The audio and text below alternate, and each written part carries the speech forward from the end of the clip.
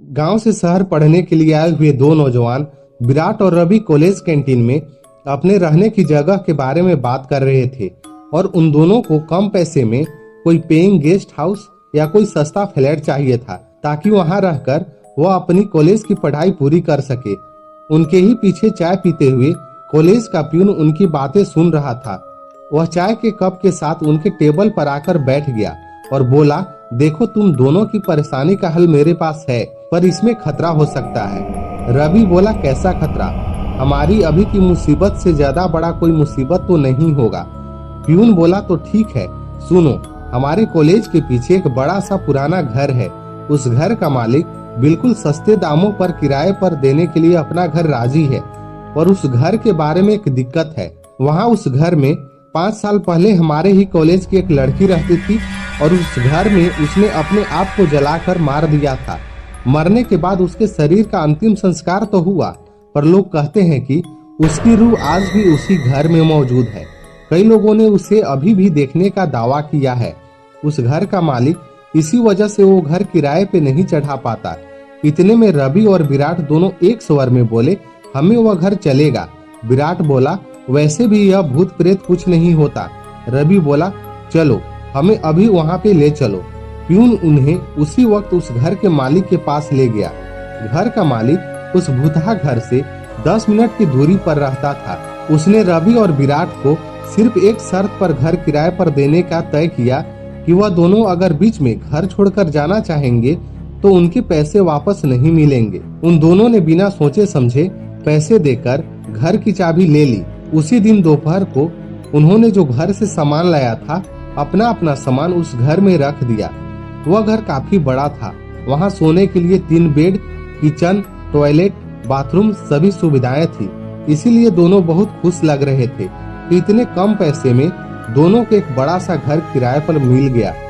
पहले दिन ही वह दोनों खाना खाकर रात 11 बजे उस घर में वापस लौटे और आते ही बेड पर लेट गए।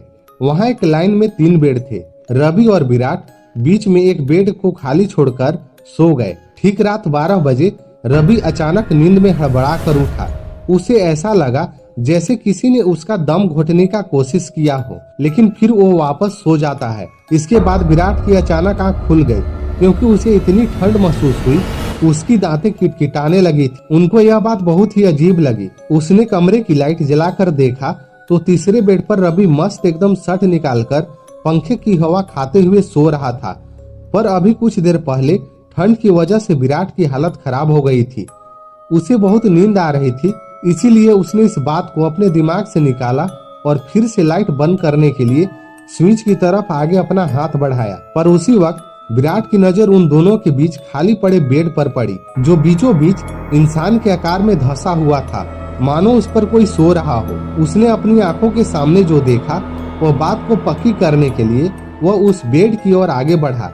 विराट उस बेड पर हाथ फेरकर देखना चाहता था।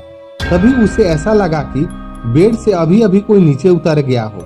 उसके मन में अब डर ने अपना घर बना लिया था, लेकिन थकावट के कारण वह अपने बेड पे जाकर लेट गया। लेकिन वह जो देखा उसके बारे में सोचने लगा कि क्या सच में इस घर में आत्मा का निवास है। तभी उसी बेड से एक आवाज आई, जैसे कोई वापस आकर उस पर लेट गया हो।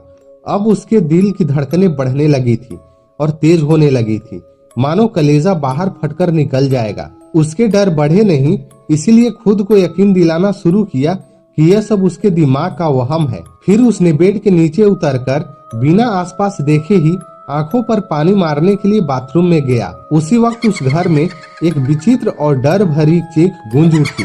उस चीख की आवाज में रवि आधी नींद में उठकर बाथरूम की ओर दौड़ा। जब रवि बाथरूम में पहुंचा तब उसने विराट को जिस हालत में देखा, उसे देखकर रवि की रूह कांप गई, क्योंकि विराट उसके सामने बाथरूम के जमीन पर पड़ा हुआ था और उसकी छाती पर एक जली हुई लड़की का प्रेत बैठा हुआ था।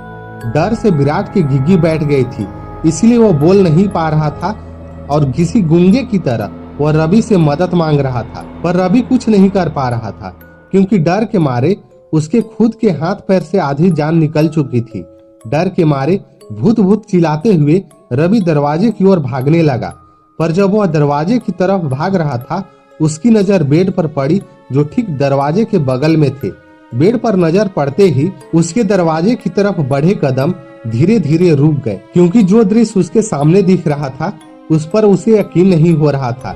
लाइट की तेज रोशनी चमक रही थी, पंखा भी तेज चल रहा था और एक बेड पर विराट अपनी छाती पकड़कर लेटा हुआ था और दूसरी बेड पर वह खुद लेटा था, क्योंकि कुछ देर पहले ही उन दोनों की मौत हो चुकी थी और उस घर में अब उन तीनों की रूहें साथ में घूम रही। फिर जब उसने बाथरूम की तरफ देखा तो वहां विराट एक लड़की के साथ खड़ा था और उन तीनों की रूह अपने अगले शिकार का इंतजार कर रहे थे।